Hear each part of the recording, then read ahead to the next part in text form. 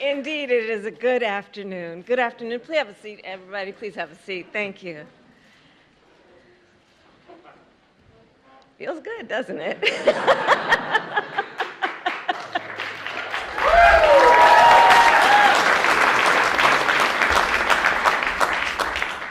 President Biden, President Obama, members of Congress, and my fellow Americans. On March 23, 2010, the Affordable Care Act was signed into law.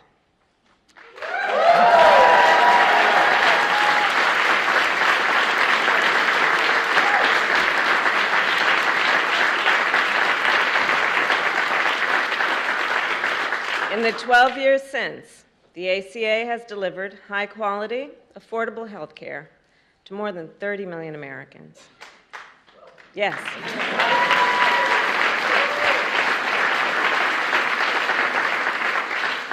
And those Americans are working parents and young children, college students, and older Americans, millions of people who had never been able to afford coverage before, or who had been denied coverage altogether, often because of a category of denial called pre-existing conditions.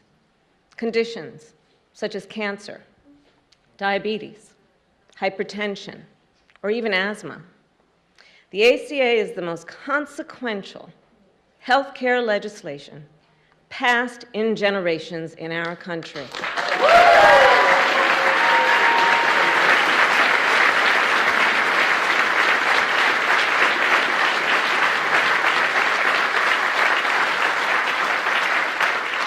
And it is something more. The ACA is a statement of purpose, a statement about the nation we must be, where all people, no matter who they are, where they live, or how much they earn, can access the health care they need, no matter the cost. You know, when I served as Attorney General of California, it was that purpose that led our office and 10 other state attorneys general to submit a brief to the United States Supreme Court in defense of the ACA, and it is that purpose that brings us all together today, to continue to expand affordable health care and its coverage to families across our nation, and to call on Congress to take action, to pass legislation that simply allows Medicare to directly negotiate prescription drug prices with pharmaceutical companies.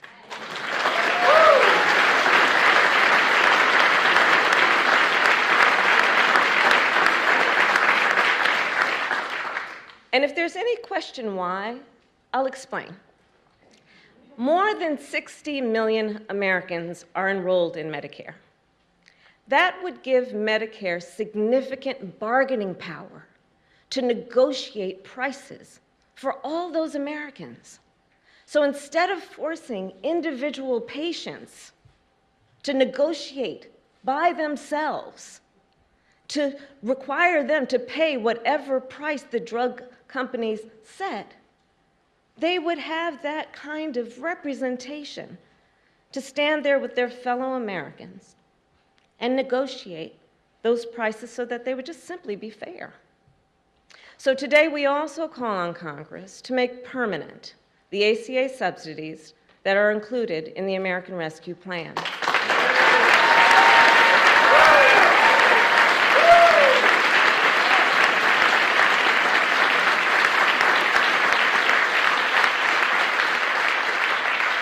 Subsidies that are currently lowering insurance premiums for millions of Americans, and which are set to expire in December.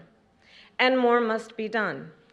Currently, there are 12 states in our nation that refuse to expand Medicaid for no reason other than petty partisan obstruction.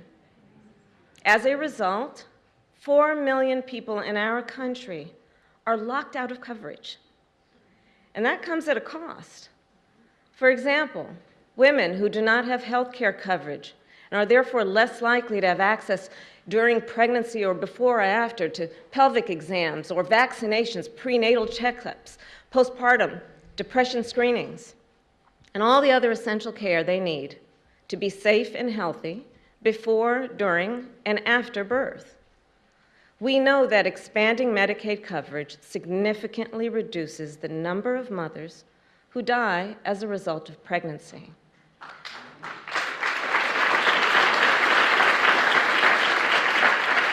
So the sooner coverage is expanded in those 12 states, the more lives we will save. Protecting the health and well-being of the people of our nation should not be a partisan issue. Every person in our nation should be able to access and afford the health care they need to thrive, not as a privilege, but as a right. And that is why our administration will continue to use every tool at our disposal to strengthen the ACA. And with that,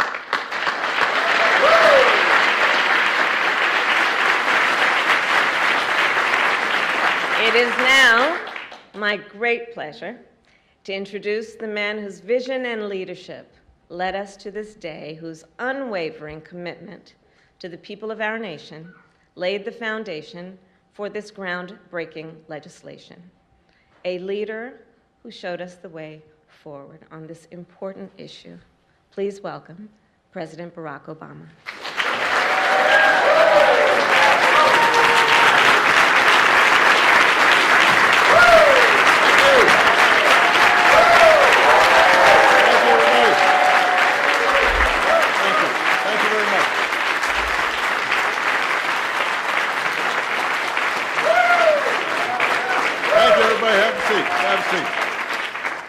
Thank you. Vice President Biden, Vice President. That was a joke.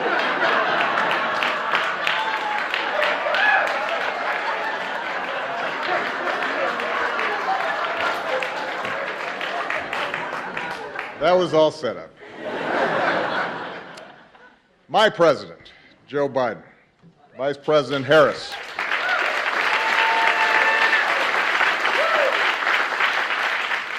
our dear friend, Madam Speaker, Nancy Pelosi, all the members of Congress who are in attendance today, the members of Cabinet, it is good to be back in the White House. It's been a while. I confess, I heard some changes had been made by the current president since I was last here. Apparently, Secret Service agents have to wear aviator glasses now. The Navy mess has been replaced by a Baskin-Robbins. And there's a cat running around, which I guarantee you Bo and Sonny would have been very unhappy about. But coming back, even if I have to wear a tie, which I very rarely do these days, gives me a chance to visit with some of the incredible people who serve this White House and who serve this country every single day. A lot of times out of the limelight. They make this government function, and they help people in ways big and small. And from the outside, sometimes people don't understand just how grueling this is and how many sacrifices people make. Because those of us who are in front of the cameras oftentimes get the credit. But it's a lot of people who are devoted day in, day out to making this country better that matter, and a lot of them are represented here. And that's not just in the West Wing, by the way. It's also in the residence. There were a lot of people who looked after our families that I will always be grateful to. So it's wonderful to be back to say thank you to all of you. But most of all, coming back here gives me a chance to say thank you and spend some time with an extraordinary friend and partner who was by my side for 8 years. Joe Biden and I did a lot together.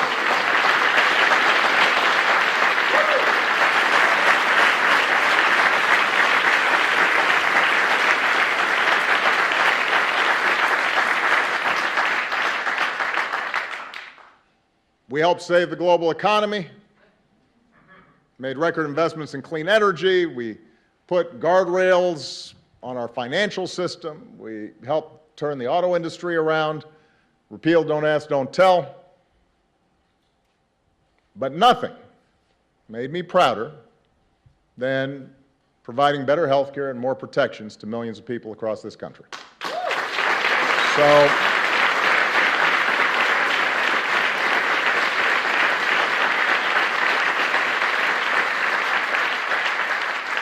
So when President Biden said he was not going to just celebrate the ACA, but also announce actions that would make it even better, I had to show up. I think it's been well documented just how difficult it was to pass the ACA. You can get a lot of testimony here in case folks haven't heard. You know, as a country, we have been talking about reforming health care for 100 years. Unlike almost every other advanced economy on earth, we didn't have a system that guaranteed access to health care for all of its citizens. Millions of people didn't have health insurance, often because their employers didn't provide it or because it was too expensive. But despite the fact that our health care system didn't work well, it was hard to change. Healthcare represents about 1/5 of our economy. That's trillions of dollars that are involved. So there were a lot of different economic interests that were vying to maintain the status quo. And because the majority of Americans did have health care, some people naturally worried that they'd lose what they had. The media was skeptical of past failures. There was a lot of misinformation, to say the least, flying around.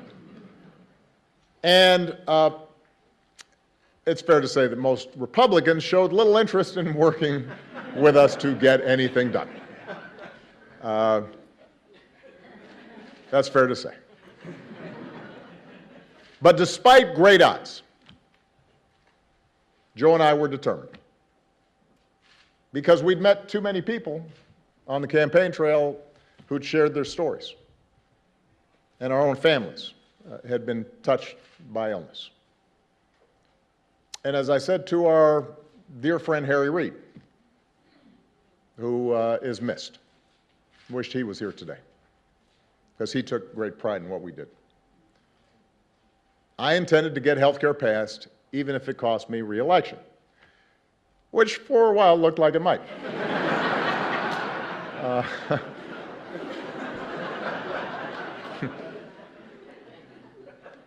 But for all of us, for Joe, for Harry, for Nancy Pelosi, for others, the ACA was an example of why you run for office in the first place, why all of you sign up for doing jobs that pay you less than you could make someplace else, why you're away from home sometimes and you miss some soccer practices or some dance recitals.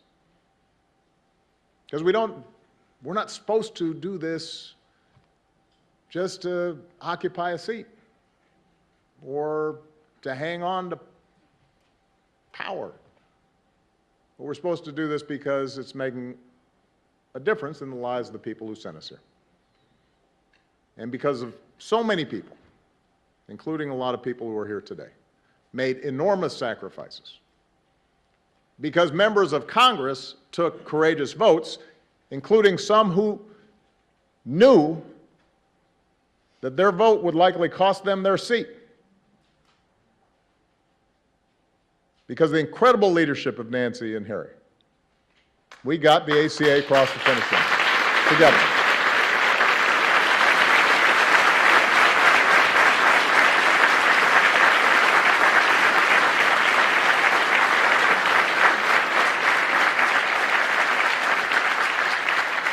And the night we passed the ACA, I've said it before, it was a high point of my time here because it reminded me and it reminded us of what is possible.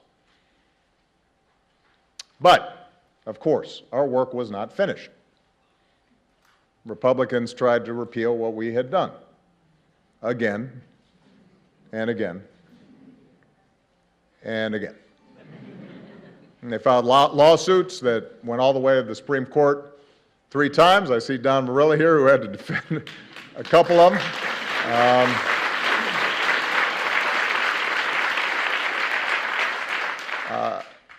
They tried explicitly to make it harder for people to sign up for coverage. And let's face it, it didn't help that when we first rolled out the ACA, the website didn't work. That was not one of my happiest moments. So given all the noise and the controversy and the skepticism, it took a while for the American people to understand what we had done. But lo and behold, a little later than I'd expected, a lot of folks, including many who had initially opposed health care reform, came around. And today, the ACA hasn't just survived, it's pretty darn popular. And the reason is because it's done what it was supposed to do. It's made a difference. First 20 million, and now 30 million people have gotten covered thanks to the ACA.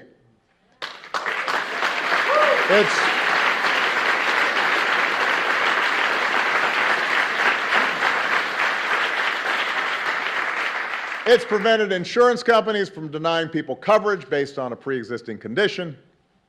It's lowered prescription drug costs for 12 million seniors. It's allowed young people to stay on their parents' plan until they're 26.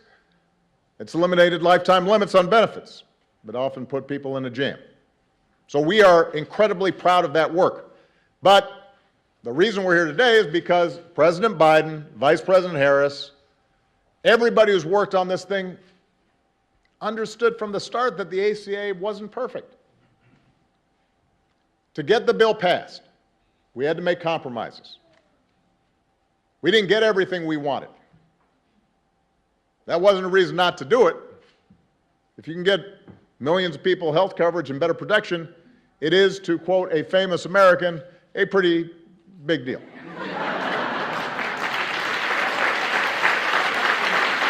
That's what it is.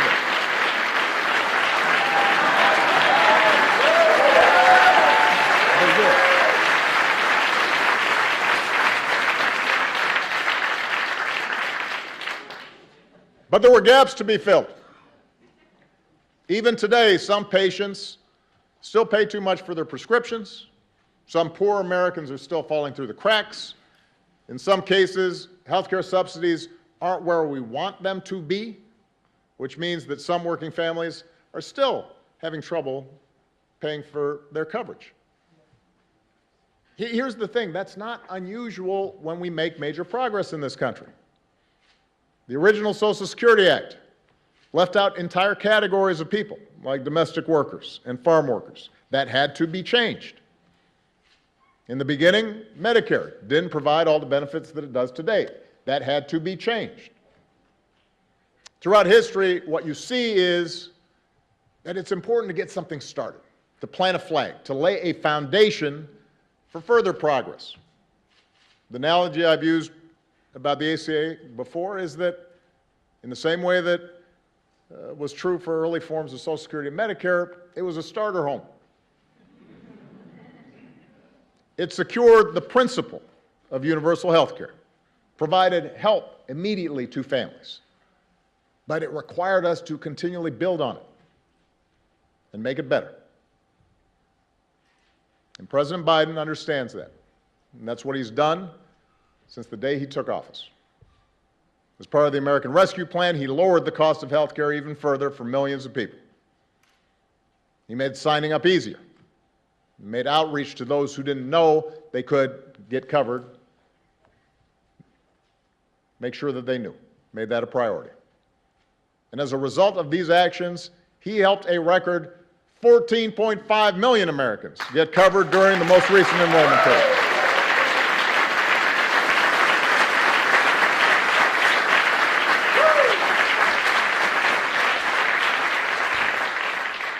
That, ladies and gentlemen, is what happens when you have an administration that's committed to making a program work. And today,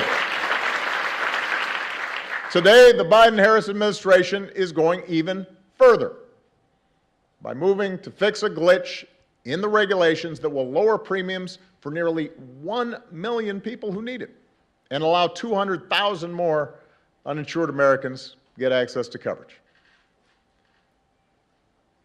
I'm a private citizen now, but I still take more than a passing interest in the course of our democracy. But I'm outside the arena, and I know how discouraged people can get with Washington. Democrats, Republicans, Independents. Everybody feels frustrated sometimes about what takes place in this town. Progress feels way too slow sometimes. Victories are often incomplete. And in a country as big and as diverse as ours, consensus never comes easily. But what the Affordable Care Act shows is that you are driven by the core idea that together we can improve the lives of this generation and the next. And if you're persistent, if you stay with it and are willing to work through the obstacles and the criticism and continually improve where you fall short, you can make America better. You can have an impact on millions of lives. You can help make sure folks don't have to lose their homes when they get sick, that they don't have to worry whether a loved one is going to get the treatment they need. President Joe Biden understands that. He has dedicated his life to the proposition that there's something worthy about public service and that the reason to run for office is for days like today. So I could not be more honored to be here with him as he writes the next chapter in our story of progress. I'm grateful for all the people who've been involved in continuing to make the ACA everything it can be, and it is now my great privilege to introduce the 46th President of the United States, Joe Biden.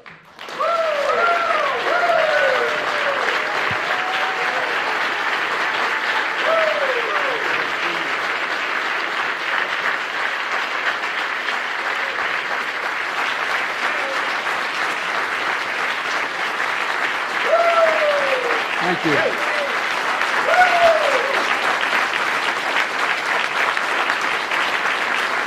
Thank you, thank you, thank you. Please. Thank you. Thank you.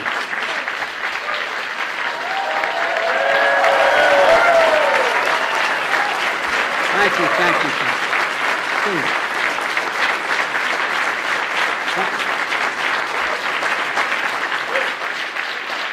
Please. Thank you.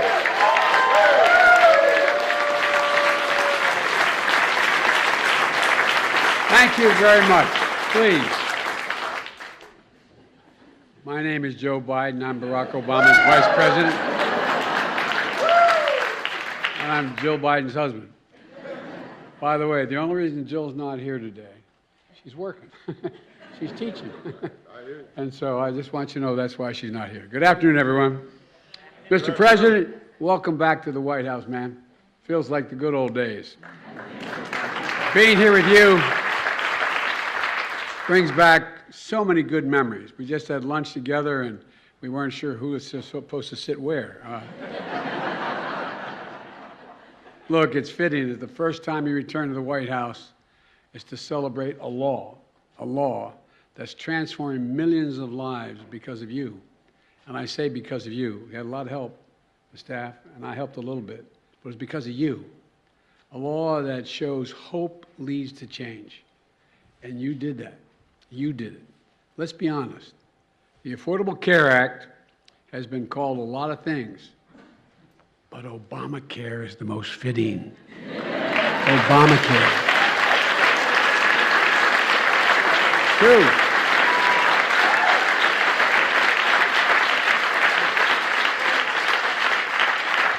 I can tell you all how much Barack Obama cared about getting this done. Throughout the countless hours of negotiations and the relentless political attacks, he never, ever, ever gave up. And I guarantee you that. If I had time, I could tell you all the times when he'd say, should we compromise, should we do, and I'd say, well, we ought to think about it. I said, no, if I do that, then so-and-so won't get covered. This group of people won't get covered. And whether it was after meeting during our weekly lunch, and we met every single day, he'd remind me why we're doing this in the first place. We're doing this in the first place for people who needed it and deserve to be treated with dignity. Dignity. The idea that when you can't afford health insurance for your children, for your spouse, male or female, it doesn't matter. Not only are they in trouble, but you're deprived of your dignity. Barack, you talked about the idea that it was important that we make sure that you couldn't outrun your insurance. I can remember there with Bo, thinking to myself, what would I do if they walked in and said, you've outrun your time, man? And there were still 35 days to live. The things that change people's lives. We both understood the Affordable Care Act wasn't about a single president or the presidency. It was about the countless Americans lying in bed at night, staring at the ceiling, wondering, my God, what if I get really sick? What am I going to do? What is my family going to do? Will I lose the house? Discussions we had in my house with my dad when he lost his health insurance. Who's going to pay for it? Who's going to take care of my family? You know, in America, health care, as we've all three said, will have now said, health care should be a right, not a privilege. And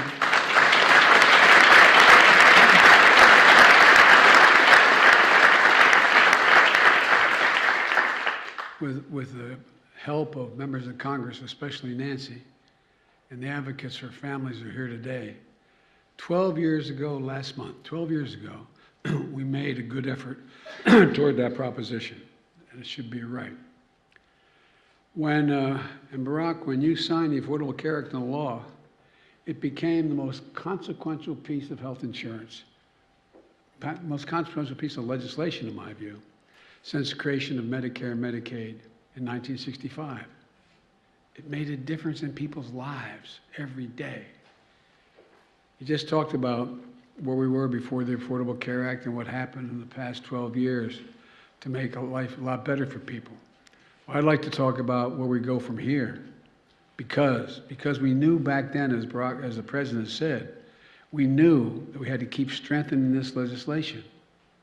Look, that's why I ran for president, and I promised to protect and build upon the Affordable Care Act. As soon as I entered office, that's exactly what Kamala and I did, and what our administration and the Democrats in Congress here today did. We passed the landmark American Rescue Plan, which not only helped us in COVID-19 get it under control and our economy back on track, it got millions more people insured under the Affordable Care Act. It made it easier for people to sign up for coverage in the middle of a pandemic. It opened to special enrollment people and gave millions and millions of Americans more time to enroll. It quadrupled the number of navigators out there in the communities, helping people to sign up for coverage because it's confusing to people. It's confusing. Presidents heard me say when we worked together, you know, they'd say, well, Biden and Obama are doing great on foreign policy. I said, you want to do something difficult? Try health care. Not a joke. Not a joke. So we continue to expand Medicaid. Missouri and Oklahoma became the 37 and 38 states to expand Medicaid under the Affordable Care Act.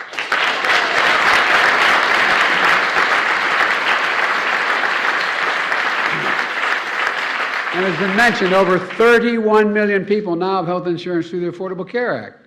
4 out of 5 Americans can find quality coverage for under $10 a month. The average family is saving $2,400 a year on their premiums. That's $200 every single month, available for other needs in their lives, from gas to groceries to other basic necessities. The bottom line is this: the Affordable Care Act is stronger now than it has ever been. And today,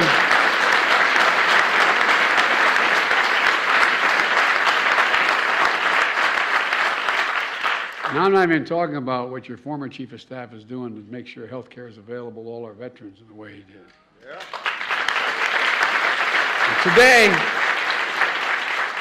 we're strengthening it even further. In a moment, I'm going to sign an executive order building on one of those that I signed last year.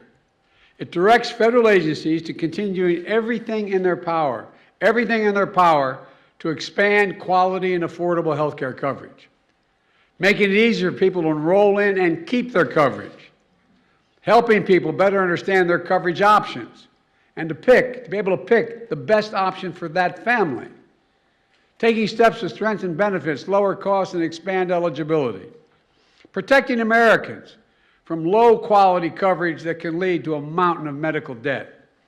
And folks, and separately, it's time to fix what we refer to as the family glitch. Now, the family glitch, everybody in this room probably knows what it is. But it's a common issue facing 5 million Americans who can't get financial help to get coverage under the Affordable Care Act. And here's the problem.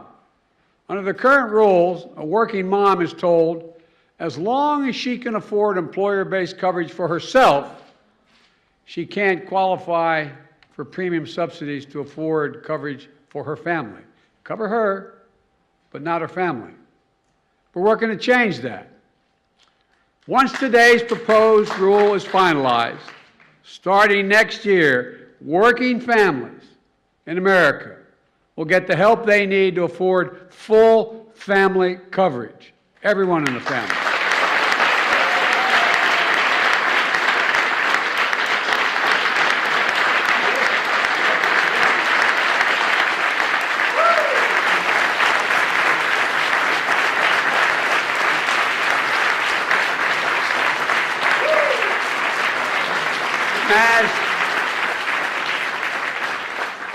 As a result, families will be saving hundreds of dollars a month.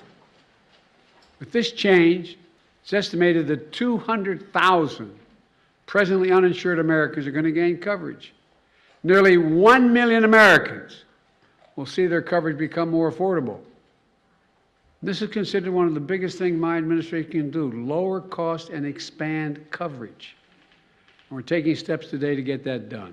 So look, folks, but we need to keep up the fight. Our Republican colleagues, as they say in Southern Delaware, they haven't changed a whole hell of a lot. Good folks, but haven't changed a lot. They continue to attack the Affordable Care Act. They're unrelenting. They haven't stopped, Mr. President, since you signed the law. They haven't stopped for 1 second. Multiple court challenges you mentioned, sabotage from the previous administration. Over 70 attempts to repeal the law by Republicans in Congress. In fact, just last month, the distinguished senator from Wisconsin said, if Republicans get back in power, they should try to repeal the Affordable Care Act. Again try. Today, 12 years later, Republicans have not stopped their attacks on this life-saving law. So pay very close attention, folks. If Republicans have their way, it means 100 million Americans with pre-existing conditions can once again be denied health care coverage by their insurance companies. That's what the law was before Obamacare. In addition, tens of millions of Americans could lose their coverage, including young people who will no longer be able to stay on their parents' insurance policy at age 26. Premiums are going to go through the roof. Well, I got a better idea. Instead of destroying the Affordable Care Act, let's keep building on it. Let's extend it.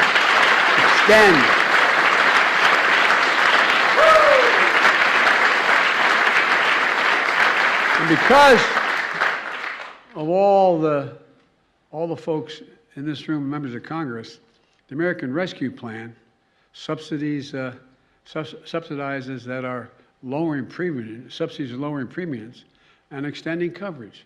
And I got a little practice when you gave me that other act, when we were president. You were president, I was with you. Look, close the Medicaid coverage gap that locks nearly 4 million Americans out of coverage just because their states refuse to expand Medicaid. Lower prescription drug costs, which is mentioned already, by allowing Medicare to negotiate prices for drugs that are on the market. We can do this. We should do this. We have to do this. But let me close with this. 12 years ago, at a bill signing the Affordable Care Act, President Obama said, quote, "We're a nation that does what is hard, what is necessary, and what is right." That's exactly what he did. Exactly what he did. And folks, that's what we have to do. That's what we do as Americans. You know, it's what all of you did here in making the Affordable Care Act possible. I really mean it. We just got to keep it going and keep building on it. We need to keep the faith. We need to remember, we're the United States of America, and there is simply, literally, nothing beyond our capacity when we're united and do it together. So God bless you all. May God protect our troops. And now, I'm going to sign an executive order. And Barack, let me remind you, it's a hot mic.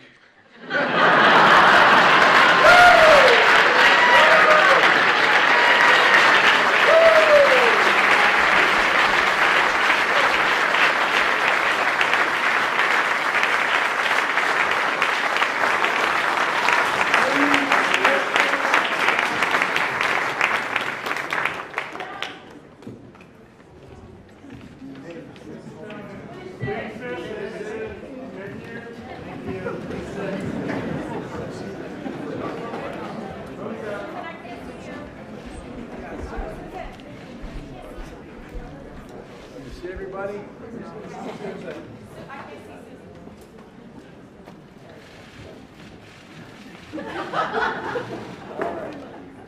I have to admit, one thing I haven't gotten down. Barack Obama could sign his name using 9 different pens. I'm going to use one.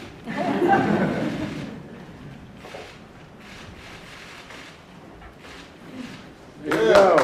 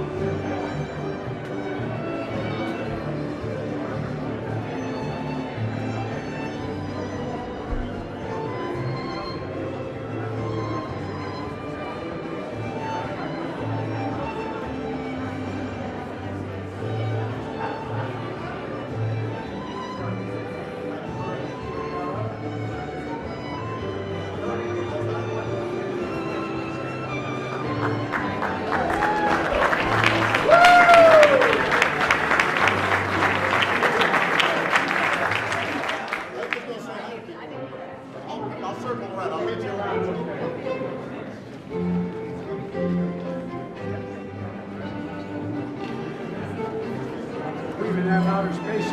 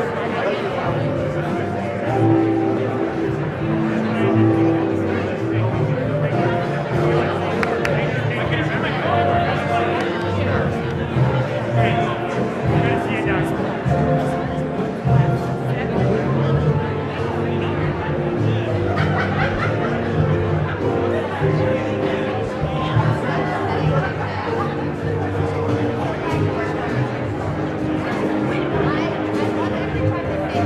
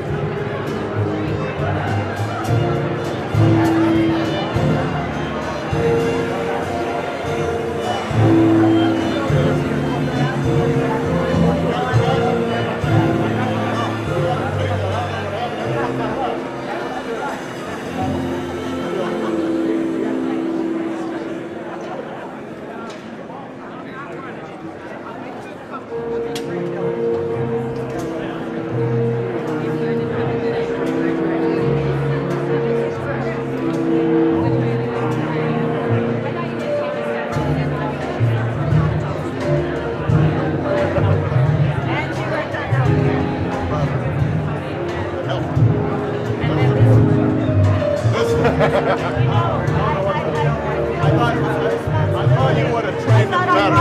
Well, but you know, I don't know how he's working out. And you know. How are you? Worried about the midterm. What do you tell Democrats worried about the midterm? You got a story to tell, just got to tell it. Does what's happening in Ukraine make you rethink your decision, Mr. President?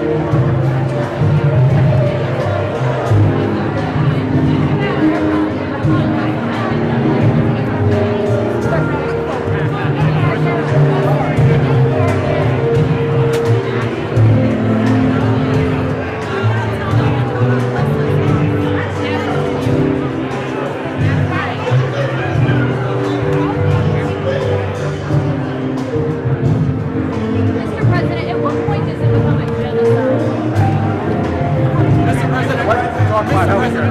What do you say to Democrats worried about the midterm?